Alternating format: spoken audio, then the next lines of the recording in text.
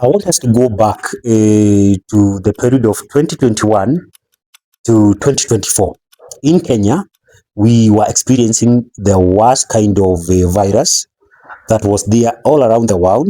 And I'll tell you this, the entire period, the people we lost out of COVID was approximately 5,700 people whom we lost in that all that period.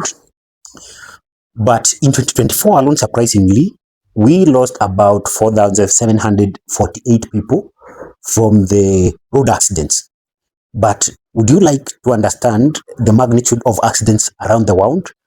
For 1 year, on average, we lose 1.9 million people out of accidents. In the context of what we are discussing, that is the inheritance, I want to tell you something. So what you need to understand is inheritance discussion should start when you are as young as 20 years. Why? Because no one knows what life actually has in store for you. And one of the major casualties of this particular, what do we call it, carnage, are the people below age 45. If you understand well, these are the most productive people in our society. They are investing heavily, they are acquiring assets here and there, and they still have small children. And that is the major importance of having a tool to guide the family through when you are not around. So what is very, very important is to have something in place. And I want to tell you that we have witnessed the greed of some of our siblings. The very moment you go silent, they come to your house, they take as, how would I put it, the very petty things you would not actually imagine. They disinherit your children, disinherit your wife, disinherit mostly men are not really the affected ones, but children and women. And you'll agree with me, they are the most victim when we talk of inheritance. So there are two ways you can actually have an inheritance, or how you can handle inheritance. One is by you doing a will. Alternatively, you can do trust. The latter is more structured and actually equips the family with the most defensive tool, yeah, in case of disputes. So one of the ways you can do, because I've had this a lot, that more, when you talk of trust, that is tool for the rich. And I want to confirm that you do not have to have much to create a trust. Yeah, you just need to have your simple assets. And basically, we have two types of trust. We have trust that can hold the simplest form of assets. We are talking of, you have insurance policy, you have employer benefit, and by employer benefit I mean you are employed and your employer buys for you things like medical cover, a work injury benefit authority. He also does or buys for you things like group life. You have pension. Those are some of the things that can be accommodated by the cash trust. Yeah. And if you have a trust, you create something very powerful that not even your siblings can be able to come and disinherit your loved ones. Because what trust does is that it allows you to put down all that you have, and then you put down rules of how you would like these monies received to be utilized by the family. I want to give you a very simple example. Let's say you have pension worth 5 million, and then your employer has also bought for you something like a group life. And group life, what it does, it compensates 4 to 5 years of your annual salary. If you earn 60,000 or 100,000 per year, we are talking about a 1.2 million annually. That would translate to about 4.8 if it's 4 years, or even close to 6 million if it's 5 years. So that amount of money then gets deposited into your trust fund. You have WIBA, which compensates 8 good years of what you earn on monthly basis. So let's say you again earn 100,000. WIBA would pay 100,000 times 12, that is 1.2 times 8, that is about 7,200,000. So the entire portfolio would actually be close to 15 million. So you can imagine 15 million if it's put on the trust, and the trust is growing the money and giving you an interest rate of about 13%, that would have a major effect on your fund. And then you put down some instruction saying that this, out of this 15 million, I want you to create a structure for me. This structure should have 4 buckets.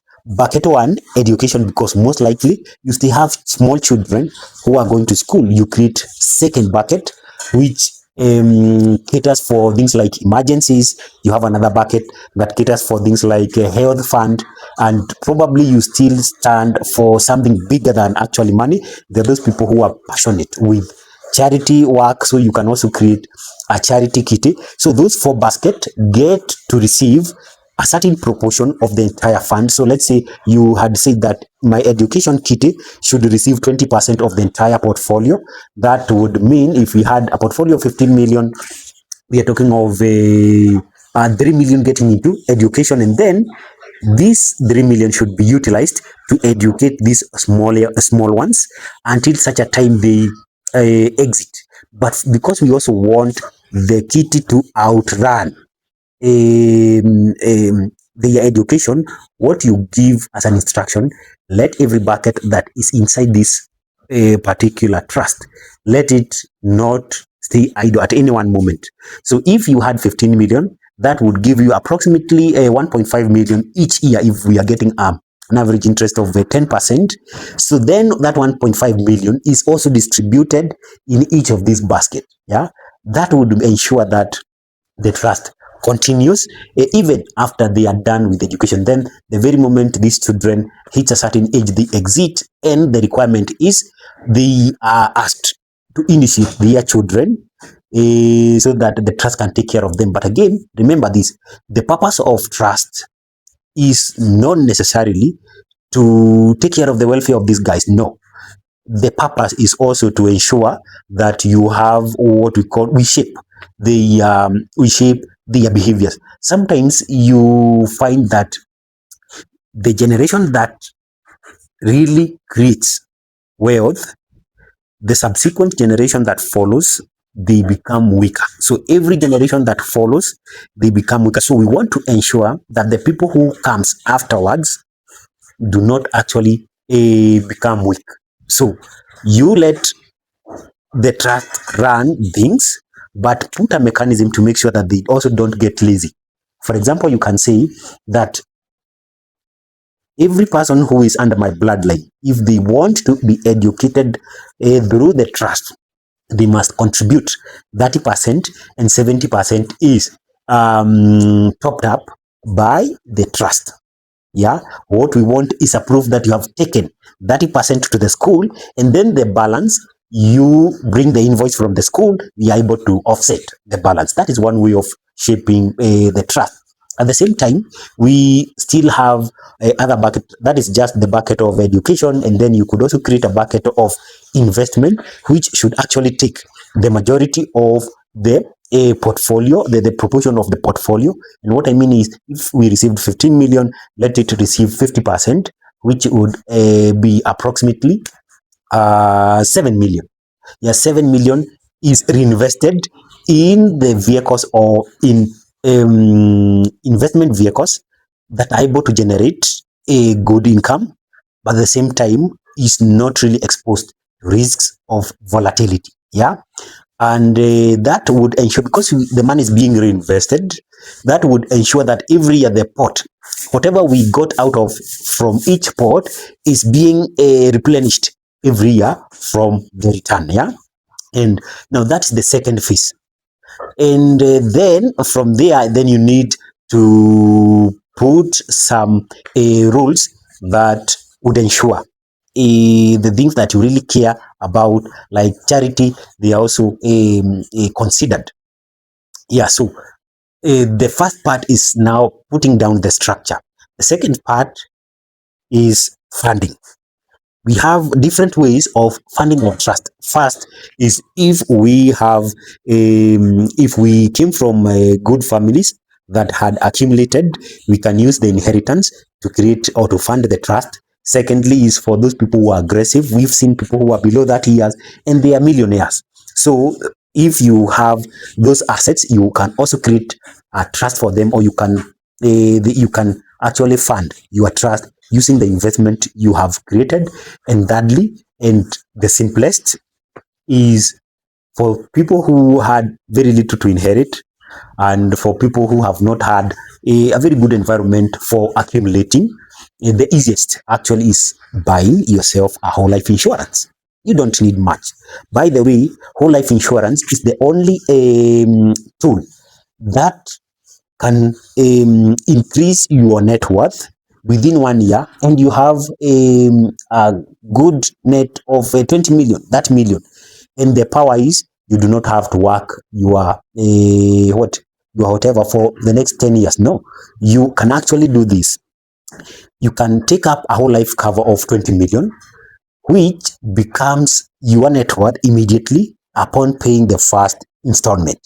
Let's say 20 million, you are just paying 20,000 per month. That 20,000 guarantees that in the event you die today, what or the amount that we would put under the trust is 20 million, regardless of how much you had contributed or how long, right? So assuming we take up a whole life of 20 million, and the beauty about a young man is that, or young person, is that your value keeps on changing now and then. By the time you are hitting 40, you've created so much, yeah, and maybe you want to determine your net worth. The easiest way to create a good net worth is if you have a whole life insurance. You can take a small whole life insurance of from 5 million.